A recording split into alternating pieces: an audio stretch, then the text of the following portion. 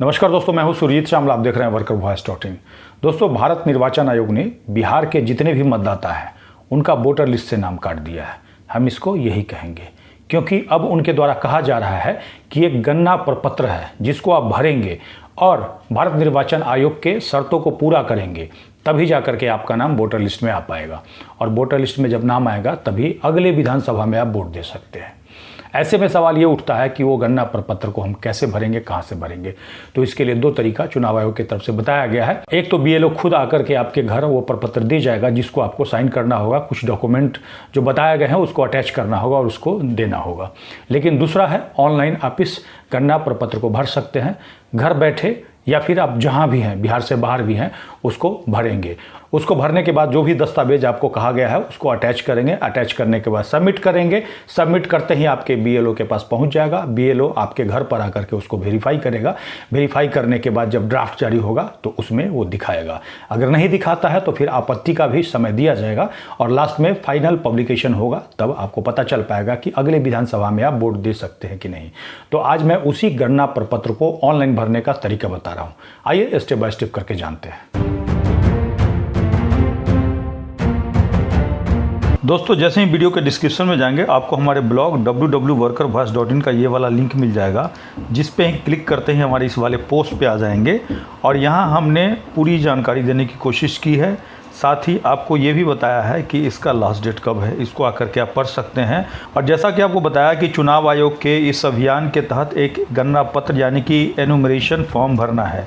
और इसके लिए जैसे ही आप पोस्ट में आएंगे तो यहाँ पे क्या क्या आवश्यक दस्तावेज है, 11 दस्तावेज है जिसकी हमने जानकारी दी है। और इसके ऑनलाइन फॉर्म भरने के लिए आप सीधे आएंगे और ये वाला लिंक है जिस पे क्लिक कर सकते हैं। यहाँ पे हमने इसको दे दिया है। एनुमरेशन फॉर्म भरने के लिए या तो आप voters.eci.gov.in पे आ सकते हैं, सीधे इस पोस्ट पे नीचे आएंगे और यहाँ पे हमने लिंक दे दिया है। इस पे क्लिक करेंगे। क्लिक करते ही आपको इस तरह का पोर्टल खुलेगा। यहाँ पे आपको साइन अप करना होगा। साइन अप में अपना मोबाइल नंबर डाल सकते हैं और ये वाला कैप्चा डालेंगे। यहाँ पे अपना मोबाइल नंबर देंगे। मोबाइल नंबर के बाद कैप्चा लिखेंगे, ओटीपी आएगा, उस आप लॉगिन कर सकते हैं। वेरीफाई लॉगिन पे क्लिक करेंगे, इस तरह आपका खुल जाएगा। सीधे यहाँ पे क्लिक करेंगे, अपना ईपिक नंबर डाल करके सर्च करेंगे। सर्च करने के बाद आपको इस तरह से डिटेल दिखाएगा और यहाँ पे अपना मोबाइल नंबर फिर से डालेंगे और सेंड ओटीपी करेंगे। इसके बाद ओटीपी वेरीफाई करने हैं। वेरीफाई करने के बाद आपका मोबाइल नंबर यहाँ पे वेरीफाइड दिखाएगा। उसके बाद सीधे नीचे आएंगे। नीचे आने के बाद यहाँ पे आपको फ़ोटो अपलोड करने के लिए कहा जा रहा है। उसके बाद आपका आधार नंबर ऑप्शनल होगा। यहाँ पे फादर का नाम लिखना है, जो भी आपका फादर का नाम है। मदर का नाम लिखना है। उसके बाद अगर उनके पास ईपिक नंबर है यानी कि उनका वोटर आईडी कार्ड नंबर यहाँ पे डालना है, जो कि ऑप्शनल है, लेकिन मैं तो यही कहूँगा कि ज़रूर यहाँ पे डालिए। उसके बाद मदर का भी है, यहाँ पे ईपिक नंबर आपको डालना होगा। यहाँ पे अपनी पत्नी का नाम डाल सकते हैं। उसके बाद उनका ईपिक नंबर है तो ईपिक नंबर डालिए। उसके बाद जहाँ से आप सबमिशन कर रहे हैं यानी कि अपने घर का जो पता है वो आप डालिए और यहाँ पे अपना सिग्नेचर अपलोड करके नेक्स्ट कर दीजिए। नेक्स्ट करने के बाद आपका डिक्लेरेशन वाले ऑप्शन में आ जाएगा। यहाँ पे आपको अपना डिक्लेरेशन सिलेक्ट करना है और सिलेक्ट करेंगे। उसी के बाद आपको ऑप्शन मिलेगा उसको भरने का और साथ ही पेपर अपलोड करने का। कहने का मतलब अगर 1/1/2003 वाले मतदाता सूची में आपका नाम है तो इसको क्लिक करना है। क्लिक करते ही किस असेंबली के अंदर मेरा नाम है यानी कि किस विधानसभा क्षेत्र के अंदर, उसको सेलेक्ट करना है। सेलेक्ट करने के बाद आपको ओल्ड का पार्ट क्या है, कौन से भाग में आपका जो वोटर लिस्ट है वो बना हुआ है, उसका सीरियल नंबर यहाँ पे डालना है और डॉक्यूमेंट टाइप करना है। यानी कि एग्जिस्टिंग में है तो यहाँ पे ड्रैग एंड ड्रॉप करके इसको अपलोड कर देना। अपलोड करने के बाद सीधे आपको इस पर क्लिक करना है और प्रीव्यू कर लेना है। इसी तरह 1987 से पहले का अगर जन्म है तो इसको सिलेक्ट करेंगे।